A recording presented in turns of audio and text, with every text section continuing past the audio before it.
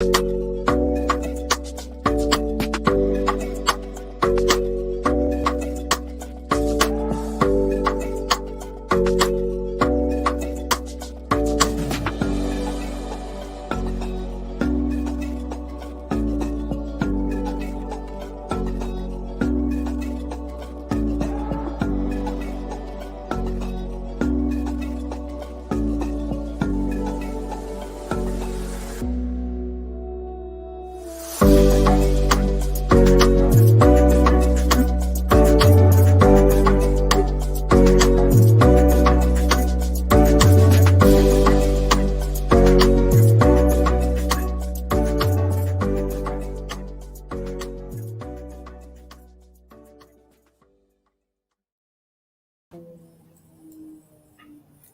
evening, good evening, good evening, and welcome to Gravity Talks.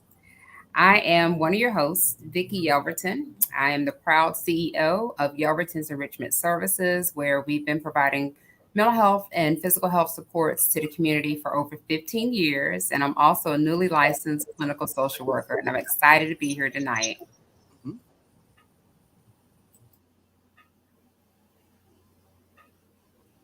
Hello, everybody. I'm also your host, Natasha Lewis. I'm a pastor of Temple of Deliverance Church. Also been working in mental health for about 15, 16 years, and super excited about the topic that we're going to have today, and actually ready to get in and get going. All right. So before we introduce our guests, again, we are excited to be back. It's 2022, and we're starting the new year off with a heartfelt conversation about grief and loss.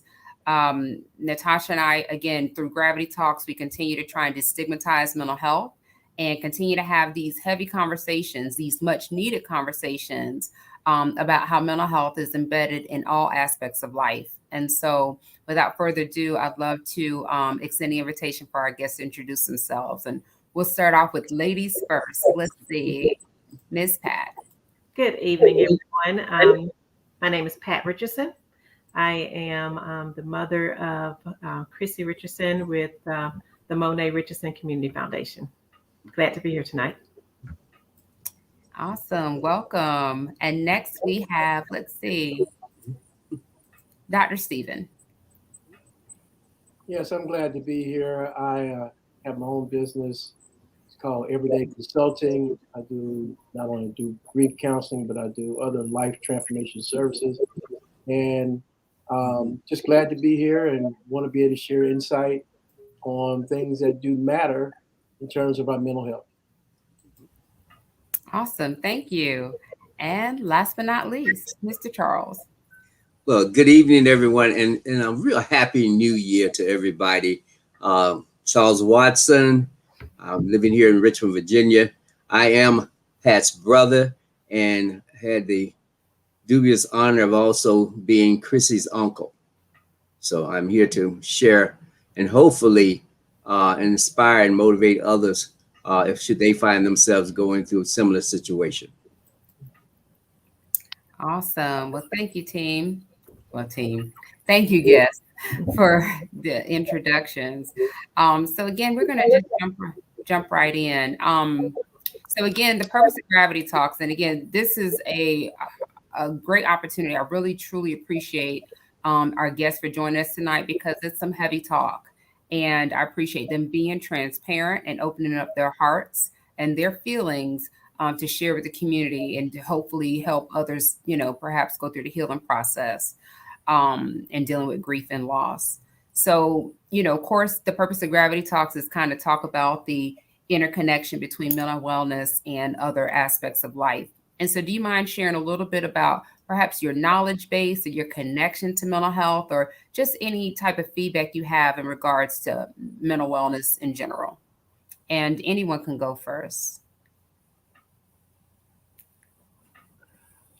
And like in school, I hate to call out the first one. Actually, Vicky, I'd like to do something a little bit different if it's okay. Sure. Okay. I know I already put it out here, right? So actually, when you guys were saying Chrissy Richardson, if it's possible, just so that we can have an idea of who we're talking to, just give us a little backdrop on the situation, everything, so that we'll know, and then we can go into the topic, because we heard the name, but we want all of our viewers to know exactly who we're talking about and things like that. So if you guys don't mind just sharing just a little bit. Sure. Okay. So Chrissy was my daughter, and I say was, and I still say is. She was 23 years young. Christian Monet Richardson, that's her birth name. She's an amazing young woman, and she was a social worker, and she was in school at North Carolina Central getting her LCSW, and graduated from East Carolina with her BSW, and in 2020, and she was living her life at the fullest. Um, she was living her life unconditionally happy, full of joy and full of life, and had her own business as well called Nail Sets. Rich Sets was her business, Rich Sets, and so self-taught entrepreneur, doing nails and just living life and enjoying life. Um, Unfortunately, she was in an automobile accident on May 16th of 2021, and she didn't survive. She and her best friend, Journey Colbert, passed in an automobile accident on the same day in the same accident, and one survivor. And so we're here tonight to share, to learn, to experience, and just to remember Chrissy, and to see if anything that we're doing and experiencing and embracing will actually help anyone else, as well as help us through the process too. Thank Thank you you. for sharing. Thank you. Thank you, Aunt Pat. I know Miss Pat for years, and I appreciate you sharing. Chrissy was dear to my heart, and I was trying not to dive right in because I don't want to necessarily get emotional. I want to be able to facilitate this live. But thank you. You're welcome. Absolutely. And just to add to what Pat was sharing as my sister, I found myself in part of her life. I actually was there when Chrissy was born. And so part of my life, I became a surrogate father, not just her uncle. So this is like my daughter. Is how I share. So when you ask the question, how do we connect through the mental health piece? Unfortunately, sometimes it's because of the loss or a terrible loss of some kind that we start to grieve. And what has happened is through this grieving, it's become important that we stay connected as family, as friends, going through this, because the worst thing that I could do through this part is to isolate, to be alone, because there's so many side effects that can happen as a result of that. And so I often, even though I live here in Richmond and past where she is in Carolina, I often think of her daily because she's reliving this on a daily basis in terms of doing that, where some days I can sort of just go and just put my mind somewhere else, like in the classroom or where I'm at, that type of thing. But she's living it daily in terms of doing that. So it's important that we stay connected. We share. So when she came up Christmas with me, how wonderful a gift was to have that time with her, so we could just grieve a little bit and be connected a little bit, because we do have a very special bond. We really, in fact, we're parents raising Chrissy and her brother in terms of doing that. So we need more than ever now to continue to stay connected because of that missing part of the family unit is not there. Thank you, Uncle Charles. You So, know, Dr. I'm gonna put you. There you go. Okay. The interesting thing about grief is that it is private, it's personal, it's unique, and it's shared by everyone that has experienced the same loss. For example, however many that were connected to the loved one you lost, are all grieving that individual. And everybody's going to grieve differently. And with that being the case, you're going to find some people that are going to keep themselves busy, to not think about it. Others you may find that may be more open in terms of sharing their emotions and the what and whatnot. I think that when uh, when we approach grief from a community standpoint, then we learn to respect how the other person is grieving, and rather than say things like, "Well, you should or shouldn't be doing this," you approach it from the standpoint of saying that, "How can I best help you?" And I think that if we look at grief as something that can be shared in a community aspect of helping one another, then we can all learn how to heal. From my own personal standpoint, um, I want to share one of my stories on grief and how I didn't grieve appropriately because I didn't have anyone to connect with. And it's good to see the two of you are connecting with each other because you can help each other. But I had promised both my mom and dad when I was in high school. I was 18 at the time, that I was going to go into the military and make a better man of myself. So I left on my 18th birthday, went in the military, and 3 days later I had to turn around and come back because my mom passed away. And so that was kind of upsetting for me because now my world, as I knew it prior to that loss, had now been upended. And I didn't grieve appropriately. I thought that in order to, you got to be strong. You can't show emotions. That you come from that background that says men don't cry and all the other stuff there that I learned later, that to repress those emotions, they're going to come out in some other kind of way, and they did. And I started engaging in aberrant behavior and the like. But I had a sergeant at the time that spoke to me and he said, "Look, I know why you're acting the way you are. It's because you're grieving the loss of your mother." And so that helped validate what I was feeling, but I didn't know how to express it. And when we have a community of people around us, we have people that can validate what we're feeling because guess what? They get it. They really get it. And and we can draw from one another. We can help one another begin to move forward. And eventually, I did get the healing that I needed and went on to retire from the military. But I guess my point is that when we're grieving a loss, it's always great to have others that are in different boats but the same storm. So what I got a question about that. I noticed that in experiencing grief, that sometimes you have some family members that say, you should be over it by now. Get over it.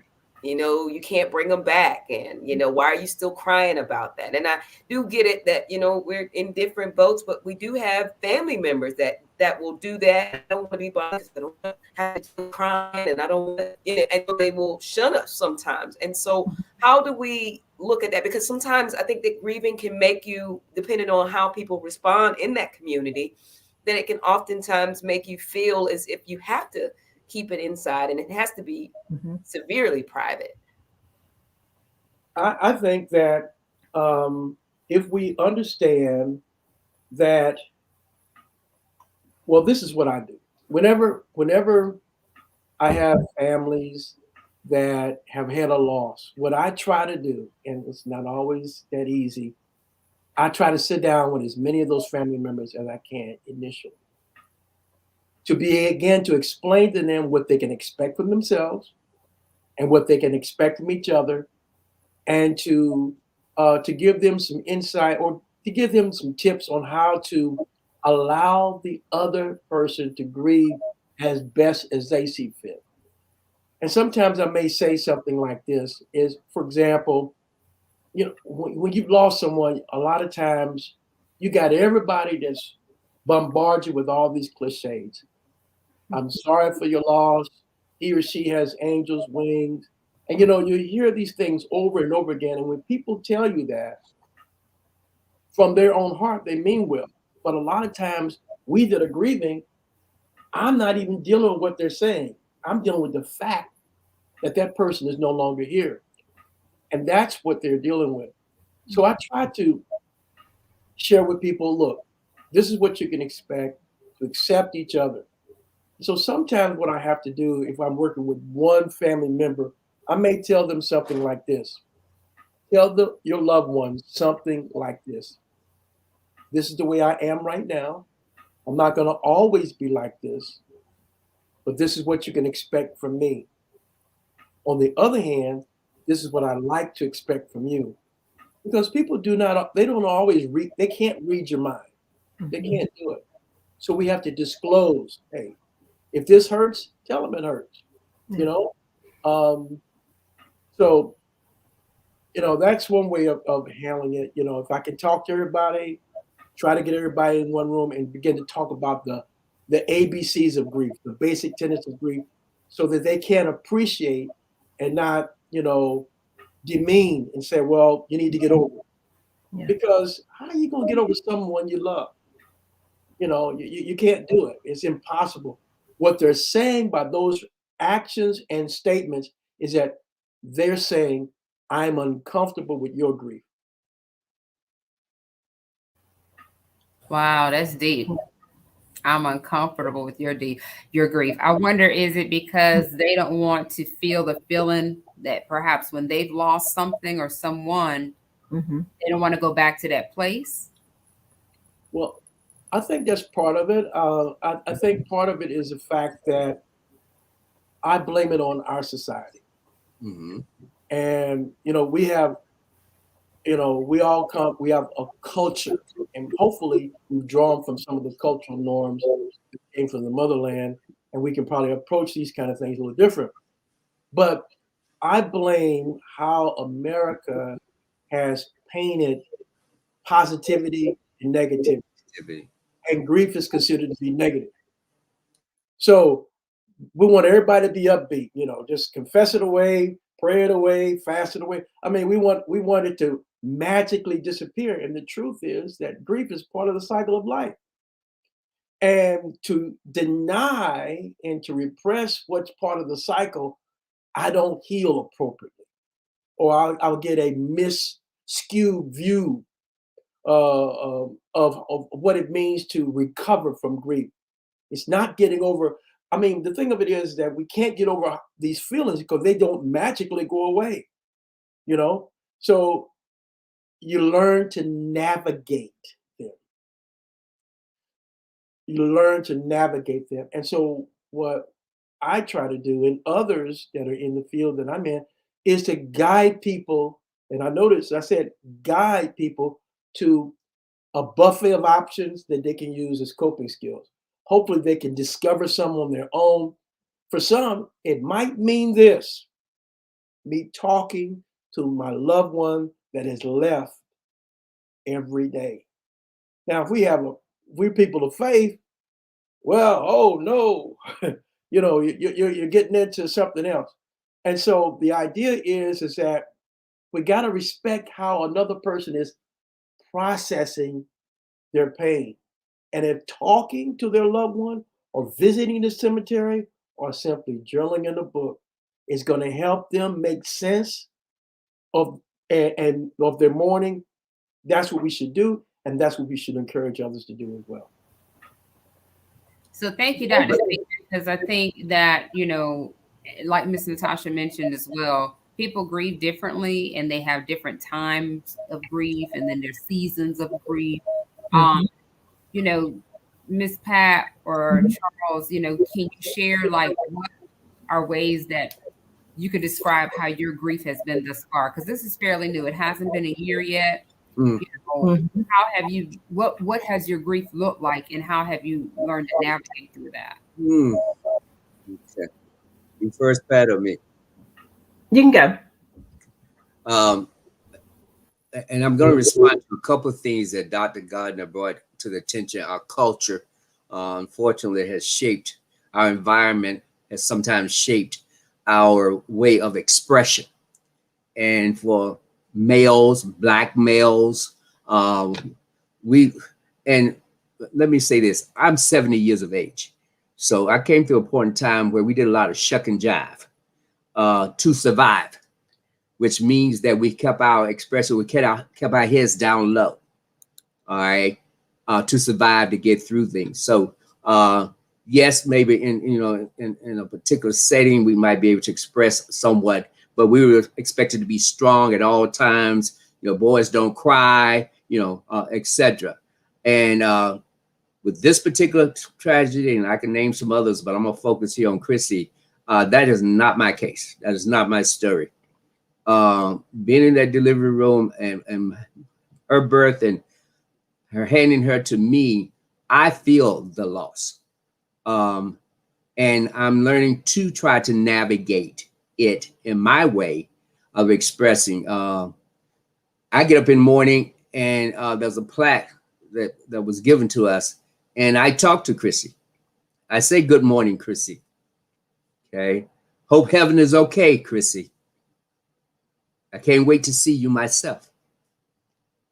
I like to think, and I said I was going to do this. I like to think that God don't make any mistakes, but sometimes I'm angry. Sometimes I'm hurt because it happened so suddenly. I didn't get a chance to say goodbye. So better days than other days.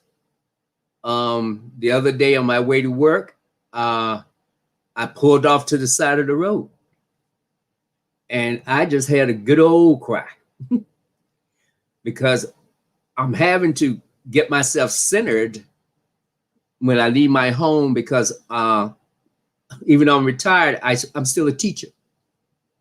So I'm going into now a whole nother population that day that's going to require more of me. I was in a training class that I was conducting, and I asked the question, how do you see yourself in just a couple of years, right? And high school students, juniors and seniors. And one of the young ladies said, "Well, I would like to be a good parent." And I found out that she was pregnant. And when she said that, it just went through my spirit. And before I knew it, I just started crying right in the middle of the room. I was so vulnerable because that's all we ever wanted to be, was good parents. That's all we wanted to be and what we tried to be. So like I say, the hurt is that it happened so suddenly we didn't get a chance to say goodbye. And it's like just snatched out of the situation. I like to think the God of my understanding is utilizing this beautiful young lady as an angel and keeping her doing the good things that was doing. But Pat shared some things with me, her friends shared things with me, and I was saying, God, it was amazing, the lives and things that she did in her short life here. And some of us live a whole lifetime and never even do half of this. So that then brings some joy when I hear those things about her. And then, working with Pat now that we have this foundation, Monet Richardson Community Foundation, where we are trying to continue her legacy, but be of some service to others. So through some of this pain, I'm finding some purpose. And that's helping me navigate as well in terms of doing that. But no, I'm learning. And that was the one thing I got in touch with. This is not one of the times I'm going to suppress this. It would not honor her legacy to say, I do miss you, Chrissy. Wow. Thank you. Thank Thank you, Uncle Troy. Okay. Aunt Pat. Whew. I would say I talk to Chrissy. I kiss her picture every night, good night, and every morning, good morning. I visit her. Sometimes I feel like I need to move to Nashville where she's at. But then I wonder if I move to Nashville, will I go there too frequently? Um, my birthday's coming up this week, and I've never spent a birthday without her. Her birthday is coming up in February. I've never been without her. And so I know I will already go to the cemetery this week. And what I've been doing is kind of a video conversation with her in different situations, just so I can, I don't know, historically just have that of those special times, Christmas, when we emptied out her apartment. I literally went to her apartment and just sat there and just did a video talking to her. What does it do for me? It just gives me just a moment of peace just to talk to her. Because what I'm finding out is now I have to have a different relationship with her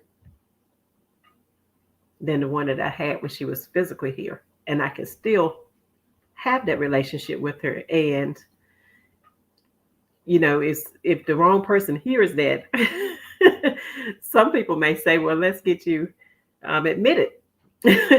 However, I've come to the conclusion that I can't let my grief have expectations for other people, what other people expect from me. And that allows me to power through day to day and to give myself permission. If I don't want to go to work, I'm not going to go. But I'm going to make sure I check in with myself and know that I can't not go forever. I do have to continue my life. But I'm very candid with my team, my boss at work to say, I need to step away or I'm not coming in today. Just so I can have peace and be able to unfold if I need to. And but the grief of losing her, you know, there are moments that one of the viewers, she mentioned that she didn't want to accept the fact that she had lost her child. And there are still moments that I say, Chrissy's going to walk in the door. Those flashes of denial pop into your head. And I know that's not true, but it happens. It pops in and it can stay there if you let it. But then I also know that that's not true. But I just know that Chrissy would want me to go on. She will want all of us to go on. And knowing the person that she was here on earth and the way she impacted people, the way people loved her, the way she loved people so much, it gives me just a little bit to carry on. And there are days I want to step back and I don't want to do anything at all. But then I think about how she carried on, how she just touched so many people, made such a difference, and tirelessly. Tirelessly. And you would wonder why sometimes I could never reach her. You know, that my engagement with her was sporadic and she would always be busy. And now when I hear her friends talk about how she was pouring into them and giving to them, I see why she was so busy, and they depended on her so much to be a nucleus for them and to be a center for them and to be positive for them and for her laughter to hold them together in her conversations and when they could cry on her shoulder. And a lot of them say they don't have that now. And I just wonder sometimes, did she get tired with that responsibility? Because at 23 years young, that's a huge responsibility. A huge responsibility. But I know that that's her spirit. That's who she was. Mm-hmm. Organically, that's the person she was. And that gives me strength to carry on. But each day is difficult. Like Charles said, each day, there's no one day alike, no 2 days alike. And, you know, part of the grief is trying to bargain Mm. And I had tried to bargain Wow. and say, why not me? Mm. Yeah. But I know that God doesn't make any mistakes. And those are some of the things that we say culturally. And I have to believe in my faith to get me through each and every day. Yeah. Mm. But it Wow. doesn't give me peace at the end of the day. The faith doesn't replace me holding her hand. Mm. I'll be honest. That's good. Yeah, I'm saved. I believe in God. I believe in faith. I believe He makes no mistakes. But I also know that there are times when I'm angry, I'm upset. I wish He could have figured out something different. And I wish He would tell me why. Yeah. Wow. Yeah, I think that, thank you. Thank you for sharing, Mr. Charles and Miss Pat. Thank you for sharing. One of the things that we brushed upon and then you guys have both shared is kind of the relationship connecting with when it comes down to the church and Mhm. the expectations of what the church gives. And, they have an idea of, they're going to heaven. It's okay. You should be all right. God, like you said, God makes no mistakes and all of that, those things. But I'm going to ask Dr. Gardner. I know you're a pastor as well. How do we reframe the mindset of people of God and really get people to accept the grieving process? Because sometimes I do feel like the church doesn't give us the opportunity to grieve. They want us to praise God. It's a celebration. It's a homegoing. Oh, Um, that's good. and it's difficult. And I'm gonna be honest, it's difficult. I Yeah. think personally, if I might say this, and I'm not to offend anybody, but I think it's outright torture when you have a body that's in a box that's laying in front of the family and it's open and you have to sit there and watch them for however long until the service is over and they're saying it's a celebration. Then they close the box. And then this is just whole putting them in. I just think it's torture, honestly, that you have to go through that. But that's just my personal opinion. But I mean, Dr. Garner, where are we as the church? I mean, what are we doing here? Because I'm not sure if we're doing it right. And before Dr. Gardner shares, I just wanted to add that, I attended Chrissy's service and I know exactly what I can attest to. That's how I felt, attending the service, looking at her beautiful picture and just going back down memory lane and remembering the smile and all that good stuff. And it was like, I get it. I know that's formality when they say it's a celebration of life, but I didn't feel like that either. It was I had a lot of questions as well, and a lot of hurt for Miss Pat, hurt for the family, hurt for one of our best friends, Keisha, her cousin.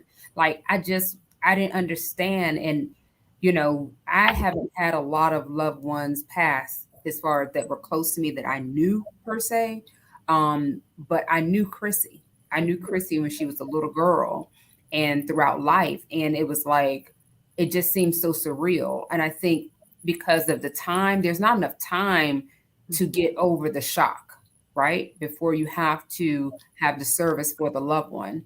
And you're right, you're sitting there in shock, but you're going through the motions because you have a time frame that you have to commit to get the person, buried or what have you. But it's not enough time to kind of really take it in and understand what's going on. Mm-hmm. I think we're just going through the motions. And you're right, Natasha. I think that, people don't feel like celebrating and they don't feel like praising and clapping. And that doesn't mean that we don't love the Lord and doesn't mean that we don't have the faith. It means we're hurt. Yeah. We haven't had time to get over that. Like, Lord, I'm hurting right now. I'm not ready to deal with this. Mm-hmm. But you go through the motions and, when the dust is settled, that's the critical time. That's the intimate moment where that's when we need to check on the person. Mm-hmm. The flowers and all that stuff is nice, but in the end, when that person is there at home at 1, 2 o'clock in the morning Mm-hmm. and that ache in their stomach hits and it's like, oh my God, this is real. Mm-hmm. Then what? Who can they call? Who can they turn to? So, Dr. Stephen, I'm sorry, I just wanted to share that. That's absolutely true. I think that um, it's a six and one half dozen the other. Some call it a celebration of life, and that's because it's commonly called that. Others choose to celebrate the life of that person at a more special time rather than the funeral. Some may do it at the repast. Some may just say, look, let's think about 6 months from now where we can all get together and we can have this balloon release or whatever the tradition is, and let's really talk about it. Or let's talk about it at Thanksgiving. I mean, that's like 12 months. It's like 11 months from now. We'll leave a place at the table and everyone can go around the table and share.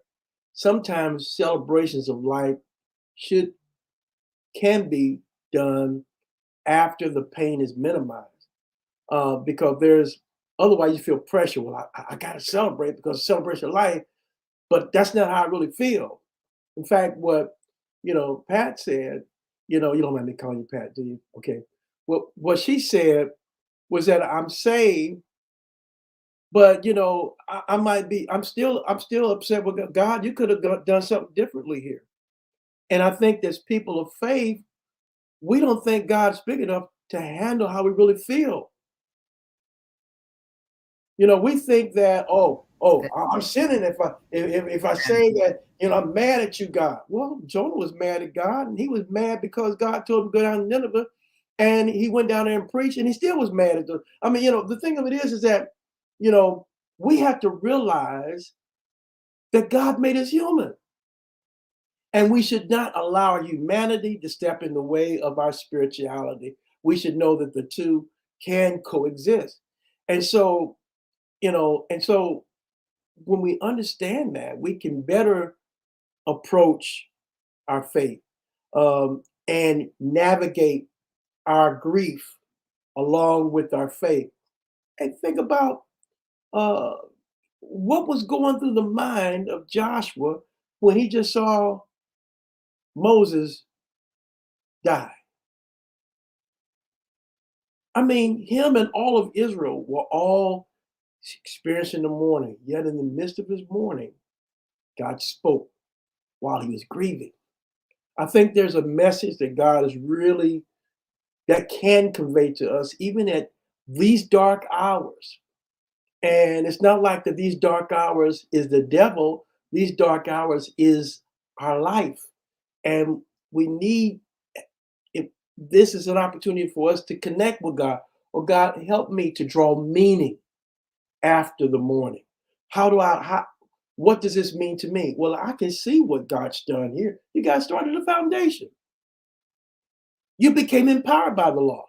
And I think those are ways by which we can be informed by something so tragic that we lost, that we reinvent ourselves. We find a way to take the memory of that loved one forward. Even though it feels like you're building a plane while it's flying. I mean, it's kind of difficult, but you want to honor their memory, and you do it through service. I think the church needs to allow is to create a theology, and maybe Natasha, you can probably you could be the one to do this. Create a theology on God-given grieving. How is a person of faith supposed to grieve? We don't even have a theology for that. We don't even have a theology, Vicky, for mental health in the church. Come on now, Black folk don't want you to know a Black person, and I'm just calling like it is. They don't want you to know something wrong with their head. At least that's what we projected. That to have these mental health issues, that I'm crazy or I'm less than. No, it means you're human, not less than. And so, but the people of faith have a huge opportunity to begin to say, look, you know, you know, we need to wrap around this person. We need to create the kinds of talks and discussions and forums that says it's okay not to be okay. And it's not a lack of faith when I express I am in pain. And so, but I think that's something the church has to work on because, we have these wild ideas or we have these traditions and thought patterns that have been passed down. And so we don't, and it doesn't resonate with what's actually happened. So we're just, you can't fake it till you make it, not with grief. So anyway, those are my points there. That the church got to write the black church needs to write a theology on how to grieve. Dr. Garden, if I may, Yes, and sir. then pastors, you certainly could come in. I'm glad to know, yes, and that definitely needs to happen because going through that funeral, it was not a celebration. It was more shock to even get everything arranged and all because of the time frame that, needed to be done. And then on top of that, it was a closed casket on top of that in terms of doing that. So there wasn't a whole bunch of celebration. It was just at that whole point there. But since that time, Mm-hmm. I'm starting to take away from that is greater inspiration. Because see, not only the God of my understanding, I believe in the spiritual principles. Okay. And so I'm finding that I'm now trying to love more, be more compassionate, okay, have more empathy. Okay. Make sure that at the end of the day, I don't have to go back and make an amends to anybody and that type of thing here, because she inspires me to say, because life is too short. Life is entirely too short. I don't want something to come out of my mouth that's going to hurt someone and they not be there tomorrow for me to say, I'm sorry. So it's caused me to have these spiritual principles and try to apply them in my life and with others that I'm interacting with because of the things she did in her life. So when you start to draw on those things, that helps me. That's why I say good morning, Chrissy. Mm-hmm. Because I don't wake up in the morning God Center. I don't know about y'all. Okay. I've got to get there. Okay.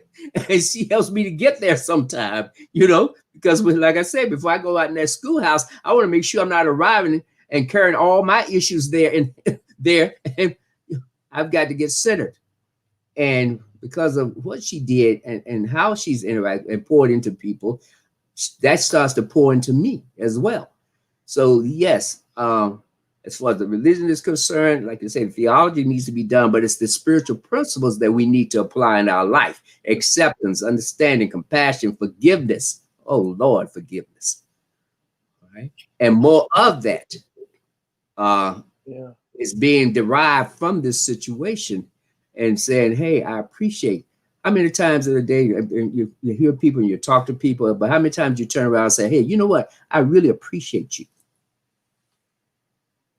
Wow. Not take it for granted. Not take it for granted. Okay. Because I may not have that opportunity to say it later. I may think it, but why not go ahead and say it? And when we say I love you, that's fine. But are we walking the walk or just talking the talk? Well, And all those things, I'm being inspired just because of her. I no longer hold back those expressions anymore. And put, like you say, I'm a great believer in karma. What you put out there in the world will come back around and bite you in the butt. It will. yeah. But again, sometimes they say you have to have a jarring experience before it unlocks it in you. And so as I'm, like I say, she's pouring into others, I say, hey, here's my time to pour into someone else too. Yeah. So I encourage our churches to say, yes, it's time that we say we want to love you. Because when he said Jesus, he didn't send Jesus to a wonderful, happy place. He sent Jesus to save us from ourselves. And that's what we need now more than anything else. We need to be saved from ourselves.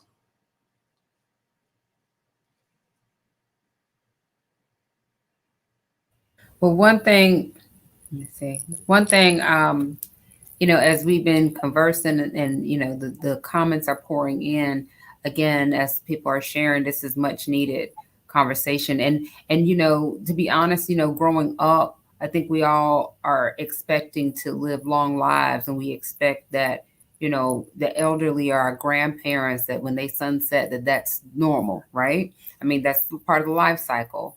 But I think that there's never a right time, even when it's a child that passes, or even when it is a grandparent or older person that passes. I think it's the connection to the person that still is hard to lose. And so I think when we try and put reason with it, it's still hard to reason, because the human brain just can't reason sometimes when things like that tragically come to an end, especially, well, I can't even say if it's sudden versus planned.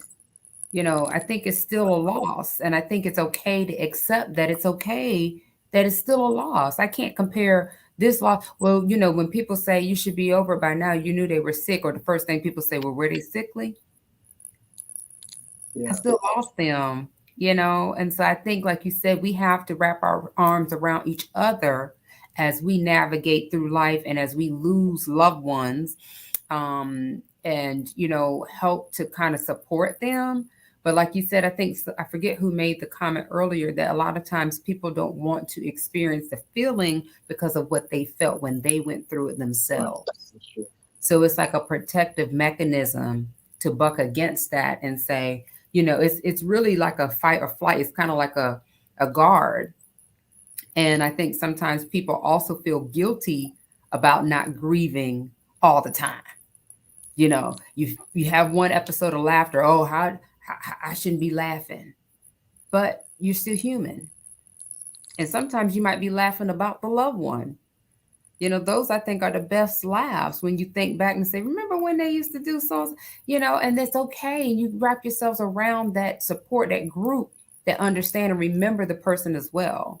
And I love what Dr. Stevens suggested, have an annual opportunity on their birthday, celebrate them. Not to say people don't do that, but I think that is a great ritual, or great bond thing to do with the family and the friends that love the person. So Yeah, I was going to also just add to one of the things that we have to do in the Christian community is just promote more awareness about what grief is, and also providing a level of support. And just like we with mental health, every aspect of mental health, we as spiritual leaders have to recognize that, the Bible doesn't always stop you from crying. It doesn't, it's just that you read it all day long. But if you're hurting, if you're struggling with something, I can read you all the scriptures and we can pray all night long, but it's not going to bring it. A mother, my heart goes out to you, Miss Pat, and some of the other mothers, and we've had quite a few mothers that have been on commenting that have lost their children, some even at the same age as your daughter on tonight. But my heart goes out to you, because when you carry something on the inside for however many 9, 7, 8 months, however many months, and then you have great aspirations and you look forward to the future. The one thing that you don't do is plan to have to bury them. Go ahead, Miss Pat. Go ahead. When right after Chrissy, and there are words that I can't say. Right after she transitioned, there would be times that I would cry and my stomach literally would hurt. And I was talking to my counselor and I was explaining it. And I said, I said, maybe I need to go to the doctor. I said, maybe something's going on with abdominally. And I don't know what the term is. Dr. Gardner, you might know what it is. But for mothers, when they lose a child, there is a term associated with that loss. And it's because you gave birth. So it's in the very same place, of course, you gave birth. So literally when you experience that pain, it literally feels like cramps, like like delivery pains, like you were having pains again, as if you were delivering. And I experienced that for a couple months. And sometimes now I do, but not as often. but it's such a pain of almost like a knife, and it's it's just nothing like it. So when you experience that loss as a mother, it is intense. Yeah, it is intense. Another thing I wish people would understand is that when you experience a loss, that people don't realize that you're actually depressed, that you literally are depressed. I remember someone asked me, no, not someone, many people asked me because I was out of work for 5 months. And if it was my choice, I wouldn't be working now. But I remember someone asking me, only on my foundation, I remember someone asking me, many people asked me, are you are you back at work? And I said, no. And when are you going back? As if there was a timeline of expectations as to when I needed to get back to work for someone else and not take care of myself. Wow. Yeah. One of the things I try to do is okay. Let me speak now. Oh, one of the things I try to do is when I'm sitting down with a client or a family, I try to tell them that try to understand grief not from a time frame, but reframe that idea that it's a process. Which I've seen some of the comments that there is no time length, time frame as how long a person is supposed to grieve. I've had people to come to me that were grieving and they had a loss 5 years ago, but now they're ready. So someone would look at that like, well, what took them so long? No, it's this is a time that they're ready to process or they're ready to move forward with their grief. Or you may find people where one person might be able to do certain things that another person in the same family can't do. For example, you might be able to pick up that photo album and flip through it, or someone else in the same family that had the same loss can't pick it up right now. You know, there is there is a uh, so each person goes from this phase of sorrow before they can move to a phase of celebration, and so it's different. And so when we look at it, that it's not a time frame, that it's a process, then I don't get caught up in how long it's been. And I don't allow others who have quantified what they think to begin to bother me. I begin to say, look, it's different for everyone. And so and the thing about it is the other thing is, and this is for all those who are watching that want to help people. Remember this: when a person is grieving, you know they're grieving, and you enter into their space and they open up to you, even if they say things that you're not comfortable with, they've invited you on their journey. And as long as we keep that in mind, we can remain as supportive, not trying to fix their frame of mind, not trying to fix their grief, but how can I help you? Sometimes the only help a grieving person needs is somebody to listen. And if they can't find a human, they'll find a dog. I'm just keeping it real, because that dog he's just going to love you unconditionally. But sometimes we have to be unconditional, you know, servants in the sense that, okay, how can I help you? And they may sit there and vent for half an hour, and they're not wanting you to try to come with scripture and verse, come on, to try to fix them. They just want to be able to dump what they are hearing in their gut. And they feel safe enough with you to say, I can let myself go and not be judged on what I say. So, there's some tips. I love that. I love that. I Thank do you. too. I do too. I I think like that, I really think too, okay, in all transparency, I know people don't mean any harm. I Right. think you're thinking they're helping. And a couple times, like I had to learn, and just sometimes I would just tell a person, I don't know what to say. I'm just here. And that was it. And I just sat there and listened, or just sat there with them in silence. Because I think people think it as a safety mechanism, they just automatically start talking and trying to comfort you and saying all the wrong stuff. And you like, oh Lord, please stop talking. But they don't know any better. They're thinking they're helping you through it. When, like Dr. Stephen said, sometimes you just want to be listened to or just cried with. Just cry with me, or just let me cry and just sit here just to be a comfort. And again, sometimes, and then when people ask you, they say, well, I'm here for you if you need me. Do they really mean that? Are you No, ready to take on this weight? they don't mean it. Because it come heavy. And then they be like, whoa, I didn't think they were going to unload like that. Well, then don't offer it. Don't offer it. Be ready. Be ready to truly support. And like you said, to serve. Yeah, I think you're right, and I think one of the most important things that we have to remember, culturally, is that just because the service is over doesn't mean that you don't have to be around anymore. Doesn't mean that your family and your loved ones don't need you. They need you more.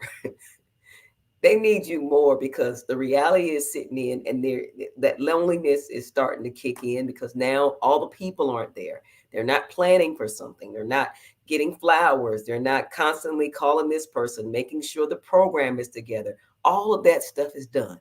And now it really gets the opportunity to sink in. And so when we disappear, though, we disappear after the service. We go back home.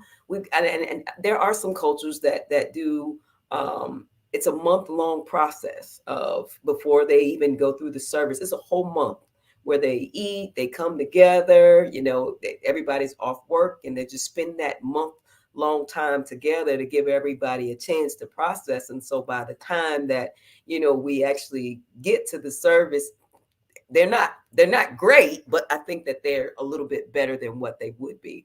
And I just think that we really got to be present, and not just leave us there alone. And you have 1,000 people that will come and support at the service, and then after that you got your Fantastic Five, and that's it. And and that's kind of the reality of it. They'll bring the chicken and the sodas, and but after this is over, there are days you don't want to cook. There are days you don't want to get out of the bed. You still need those things. And I think that we have to remember those things, that it's a process, and they're going to need us more now after the fact than ever before. And I mean, I love the fact that Miss Pat and Mr. Charles, if you guys got in that relationship, and you just, I'm sure if y'all just need to cry, y'all got that relationship where you can just sit there and listen and say, I know. You don't have to say nothing. You just know. And I think that we were able to have more people like that in our families, even in our churches, that things would be a lot better. If I can just share this for a minute, I pastor, and I've been pastoring now for, oh gosh, 18, 19 years. And I do a lot of eulogies. I do a lot of services. And and I can admit it. I mean, there are times where I cry at the service. I right there, and they looking at me, Reverend, you gonna be okay? You all right? Do we need to find somebody else? And I'm looking. I'm like, well, I love them too. It's not, and I'm expected not to. And I just think it's unfair. I didn't think you was gonna make it. I said, I got tears. I'm human, and I don't want to be strong. If I want to cry, I want to cry. And and so I cry and get myself together, and we get through it. But it's just that whole aspect of it's weakness when it's love, and we forget that even when Jesus' his friend, they kept reiterating the fact that it was his friend Lazarus died. He cried. He wept. And I think that was one of the most sentimental things to remind us that it's okay. It's okay. So go ahead, Dr. Gardner. You got something on the tip of your tongue. I got a sermon I'm gonna do now. You gave me some notes, but I mean, I loved him too. That's what Jesus was saying. I loved him too, and so we need to allow people to love them too, and share in how they're loving them too. And I think that it's just a whole new way of looking at this whole grieving process, that it doesn't have to be so um, archaic as we have approached it. Um, you know, because some of these archaic models don't lead to healing. And see, this is another thing. If I don't properly grieve, I don't properly heal. And so what happens sometimes, and this goes back to why maybe some people don't want to, they want you to get past it, is they might be triggered by a loss that they did not necessarily complete, you know, and they might be triggered by that. Well, I didn't have the kind of closure that I want, so and I just sucked it up and moved on. So you need to do the same thing too. And you know, we need to understand that and that saying that too also that there are going to be times when we've had a loss that it will take us back to another loss.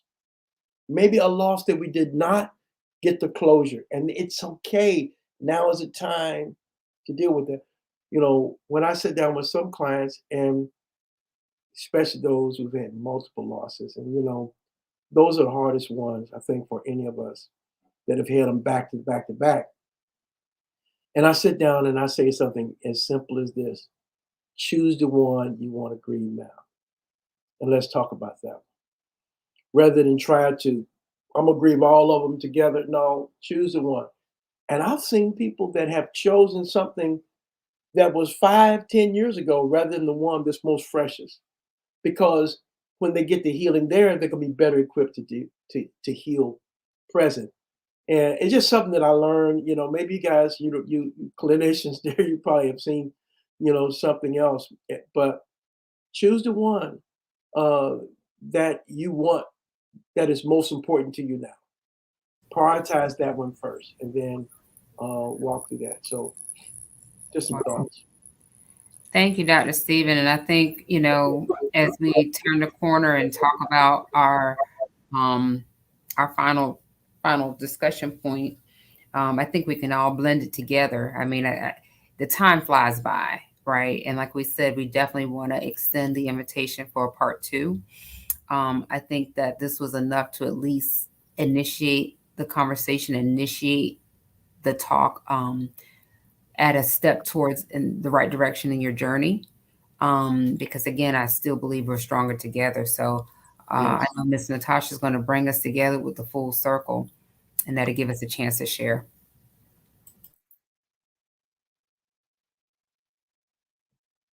unmute. Thank you guys again for sharing. Y'all got me all emotional here. And I mean that from the bottom of my heart. It takes a lot to be able to just talk about it.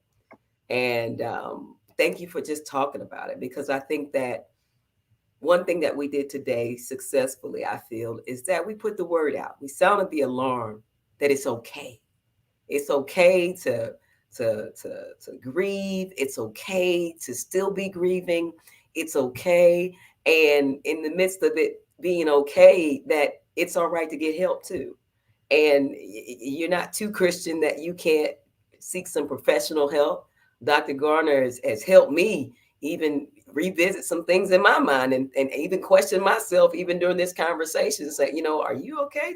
Did you get past that? Because I have my moments about certain people and things like that. And so it just made me reflect on my own life, even listening to everything else. And so I want us to just take that time to really think about it and consider those things. But right now we're at the end of our show. We do something called Full Circle. And in our full circle moment, we just kind of bring things to light, and we just kind of bring everything around in a circle, just to kind of see what the closing and last thoughts that you would like to share with the people. And, basically, one of the questions that we're going to do, the question that I'm going to do, ask you guys tonight is just what are your thoughts on overcoming grief? Um, what are your thoughts?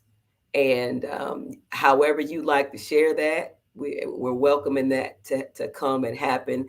And we're going to start with Miss Pat. We'll start with her first. Since she's the lady, we'll start with her.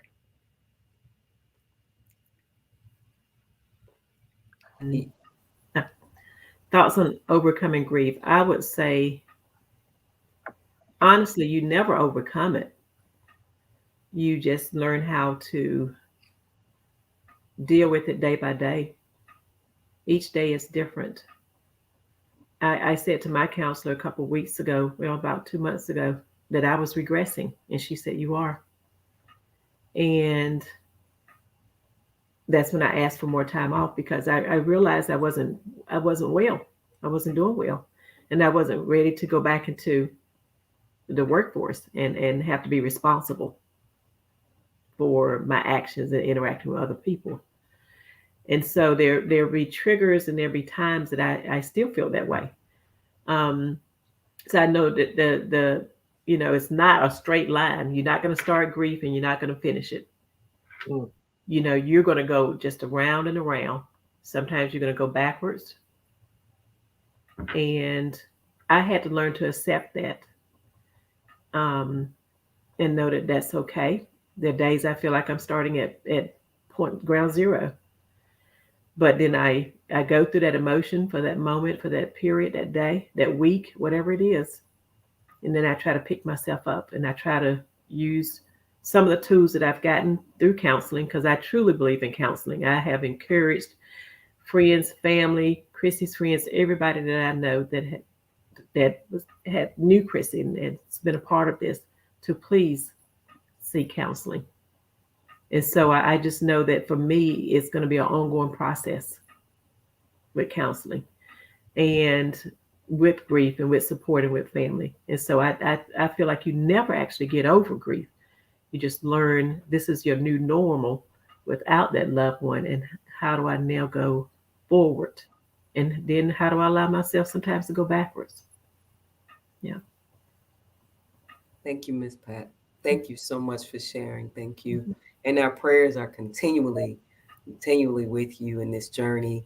And I just want to say, you're superwoman. You are a superwoman.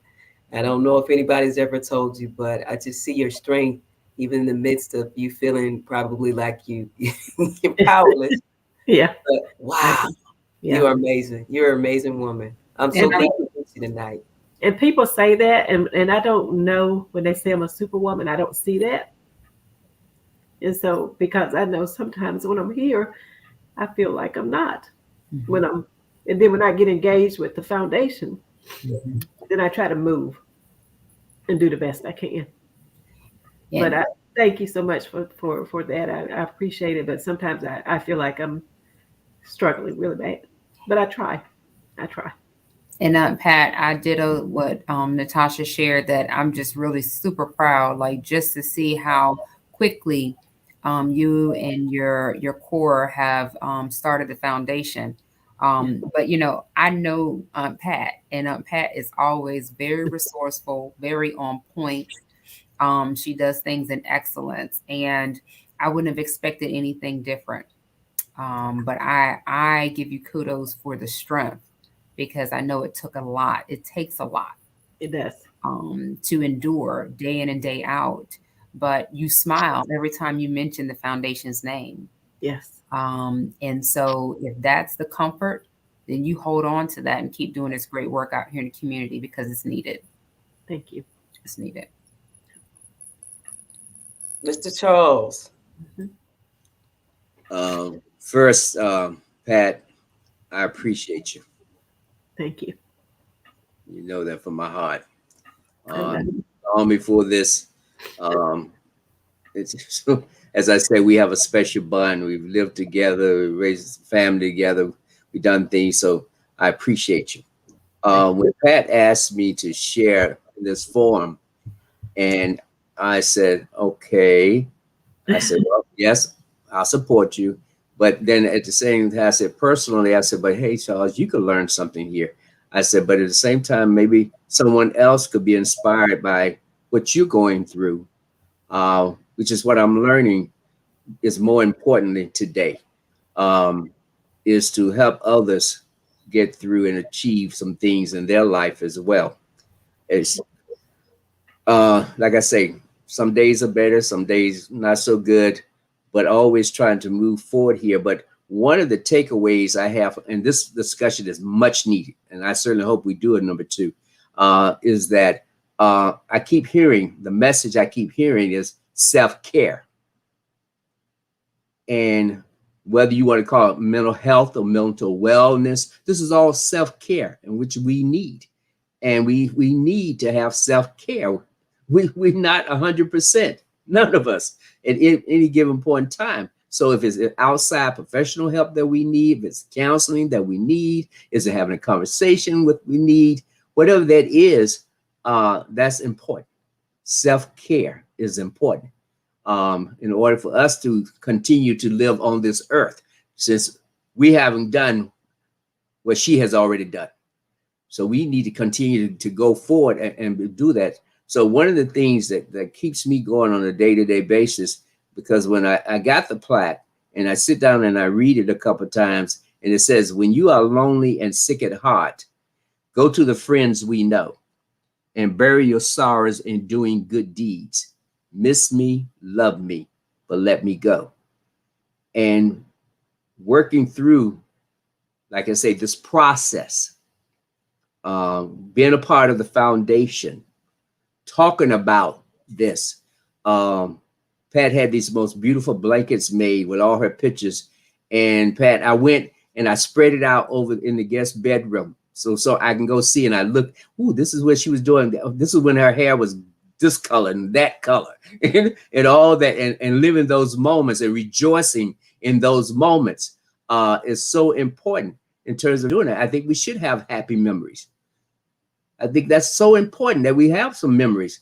How can I say I love you and I don't remember you? How can I say I loved you and don't rejoice with you?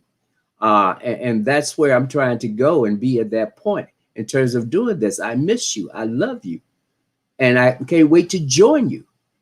But I'm going to talk about all the happy things you did and all the different hairstyles you had and all that went to that made you you.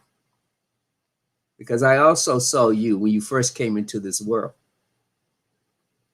And I can't wait to see you when you have your wings and I can join you as well. So the takeaway, let's continue to talk. Let's continue to identify, yes, there is an illness that comes through this process, depression and all that happens. And that, yes, we do need some self-care as we go through this process for however long it may take. Because we all can use the help. So thank you for asking me to be a part of this. Thank you, Mr. Thomas. Thank you so much for sharing. Thank you. I can just hear it in your voice that you really loved her, and just like she was your own. I can just feel the connection with you guys, even over online. So, she had some great people in her life, and I believe that, all of the things that she did at such a young age, she did those things because of you guys. You guys imparted in her so much that she started early and just took off with it. You guys gave her that. And, for that, she's given several gifts to the world that will never die. And so, just thank you both. Thank you both for your contribution and even for the foundation. I see that you guys have been giving scholarships. I've been watching. So that's awesome. That is awesome. Continue the work that you do. Can one of you just tell us how we can find the foundation and how we can follow it? Sure, you can. Right now, website is being built, but it should be finished in the next couple of weeks. But it will be Monet Richardson Community Foundation.com. And in the meantime, social media is very active, Facebook and IG, and they could just Google, look at Monet Richardson Community Foundation on Facebook and IG, and wonderful pictures. There'll be postings about her life, things she's done. We have Throwback Thursday, and there's all kind of amazing things coming up. We have a 5K that's coming up on April 23rd. That's going to be at her high school here at East Chapel Hill High School.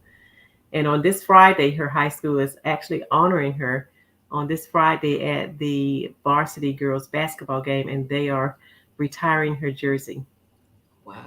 Basketball, and they've never done this before. And it took an act of Congress to get it done. Pat don't play. I'm telling y'all.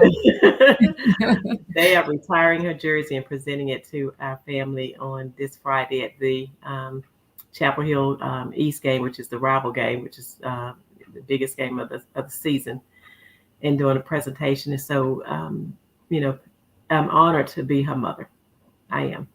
I'm honored to be her mother, to tell her story and to continue her legacy, and to continue caring about the people that she cared about, which were children, youth, young adults, her peers. She really loved giving back. And so I'm honored to be able to do that. Yeah. Pat, do you have that beautiful picture? But she took several beautiful pictures. But do you have the large beautiful picture that you mind showing it real quick?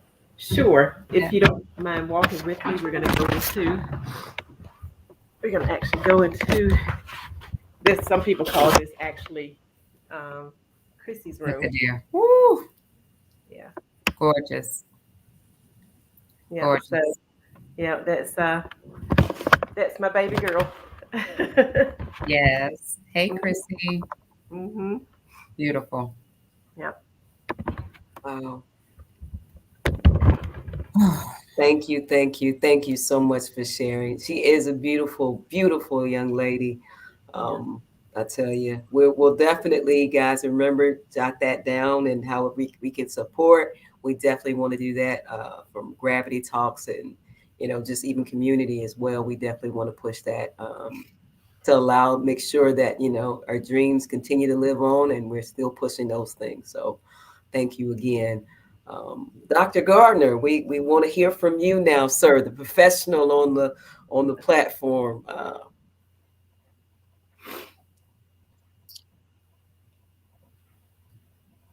I think you're muted. Okay, there we go. You guys have all shared some wonderful things tonight. I'm just honored to be here. If I was going to share something that those who are grieving can take away, I think Charles touched on it about self care, and it would be simply something like be kind to yourself. Accept the version of yourself you see right now.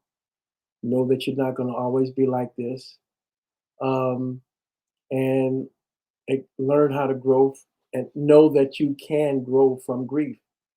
Um, Early on, it just seemed like everything is so uncontrollable. Grief's behind the wheel, and you're the passenger. But as you grow through grief, you become the passenger, but your grief is still with you. Charles had said something earlier about empathy, and I think that's one of the things that we learn is that we develop a capacity to care when we've gone through something traumatic, even as this. Our heart becomes larger. We become more sensitive to people. But in the process of becoming sensitive to people, become sensitive to yourself, that you're not 100%. So accept this version, okay, of who you are right now. You know that sometimes you're going to get irritated with people and that you're not going to be yourself. Sometimes you're going to be forgetting, you know, or like Natasha said, sometimes you just want to stay in bed all day. All of this is normal and it's natural to be that way. And if we can accept this version of ourselves that we're experiencing, I think that's one step that we all can take toward healing. That's awesome, Dr. Gardner. Can you tell us how we can, because you've been helping me, I'm definitely going to give you a call. And I'm feeling the need for a grief counselor. So can you tell us how we can find you? Do you do Zoom appointments? Do you do virtual? I mean, do Uh, we got to come to you? What we got to do? I do Zoom appointments, and so you can go to, well, I guess I don't know how to put that in here. How do you chat in here? I'm not sure, but we can. I'll get it to you. Okay, okay. Yeah, I'll get it to you. But yeah, my website is everydayconsulting.org, or you can contact me, dr.steven at everydayconsulting.org, and we can do Zoom sessions just like this to help you navigate through your grief, and or I mean, it's not the only thing that I do, but that's the topic we're talking about. But anyway, um, everydayconsulting.org or dr.steven@everydayconsulting.org. There you go, right there. Awesome, awesome. Thank you so much. Thank you, thank you. And I tell you, you really helped us to touch on some areas and just get, to just reassure us that it's okay. Because sometimes people can make us feel like too much grieving is bad and it's a negative thing. But you really encouraged us to just live through it and just keep pushing. So thank you, sir. Thank you, All thank right. you. Miss Vicky Yelverton, you got something you want to share with us tonight before we go? Yes, ma'am. Thank you. Um, Again, I'm just so grateful. I'm grateful to Pat, Uncle Charles, my dear friend Keisha, her family, Miss Simp, um, Chrissy.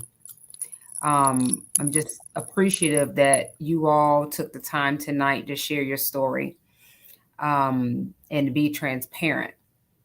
And it took a lot of courage. It took a lot of strength, and I don't take that for granted.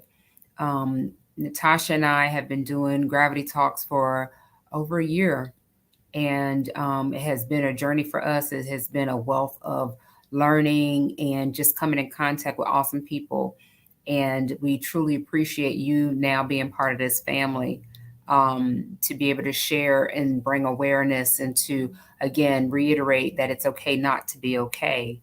I didn't realize how needed this Gravity Talk was until we posted and we started letting folks know we were going to host a conversation about this. And people just started sharing and saying, I'm spreading the word. I appreciate this. It's much needed. And especially because it's a sensitive time with the new year, I was hesitant because, you typically want to start off with something like a New Year's resolution type of motivational type of situation. But this was a different type of motivation, and motivation in the sense that we are again stronger together. It's okay to be vulnerable. It's okay to be open about the hurt, about the pain, about the loss, that it is human. And I love what Dr. Gardner said earlier.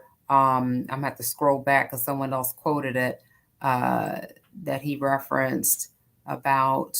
Let me see if I can find it. Um, God made us human, and then it was also something about. There we go. A dear friend of mine, Lawanda, shared. I love that, different boats but the same storm. And, again, that's why it's important that we gravitate to each other when there's a level of hurt, that we reach out to one another.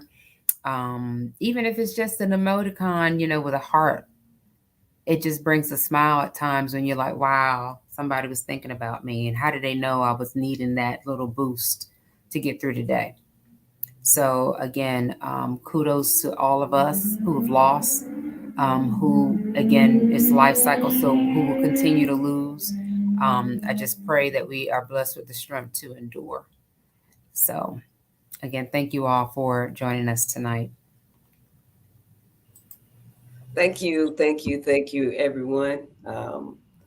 I'll say it in my preacher voice in my closing. Um, I just wanted to say, I wanted to do this one simply because you guys know one thing that we have going on, that regardless of what other people think, regardless, we're still in a pandemic. We are.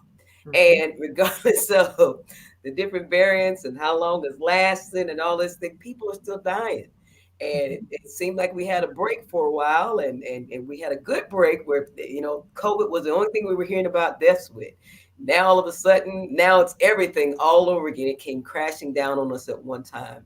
And I think that it was a needed topic because I think everybody's experienced something. And right now, we've just been looking at one tragedy after another. I believe a young lady was on. She made a comment that she lost a loved one in the CVS fire. And so, our heart and our prayers go out to you as well. And, QVC, QVC fire. yeah, that's what it is. I said CVS, didn't I? Y'all know what I meant. Mhm. The three letters, the three letters. And so, we want to just definitely make sure that we're well aware of being supportive. One of the key things was community. providing that level of community, not going anywhere, and making sure that we're managing self-care. Self-care may just mean making contact with that grief counselor. It just may mean that. It may just mean getting a therapist. It may just mean that. That's a part of self-care. And it's okay not to be okay. And you're in control of how long it takes for you to get past or get through or just be able to maintain day by day. Nobody, there's no book No. on to tell you when to stop loving, when to stop hurting, when to stop crying. And so feel how you need to feel for as long as you need to feel. But take care of you. While you're still here, take care of you because God has kept you here. So obviously there's something that's significant and important that He has for you to do. So again, guys, we thank you. We thank you and we want to promote self-care. But not only that, remember that you are human. You are human and it is okay to not be okay. Again, thank you guys so much. Thank you to all of our guests, participants, and also my co-host Vicky. And we want to say congratulations to her as well. Since we've been on here, I think she now become a licensed therapist. So congratulations to her. She before we were just on here talking about mental health, so now she licensed, y'all. She legit now. So we say congratulations to her. And again, guys, Happy New Year. Happy New Year. We wanted to start the new year off right. We wanted to start the new year off being refreshed and renewed and knowing that it's okay not to be okay, but we're going to be okay. Just know that we're going to be okay. And again, guys, have a great night. Thank you for tuning in. Remember, like, tag, and share, and let somebody know about this awesome conversation that we had on tonight. Thank you. Thank you. Thank you. Thank you so much. Thank you.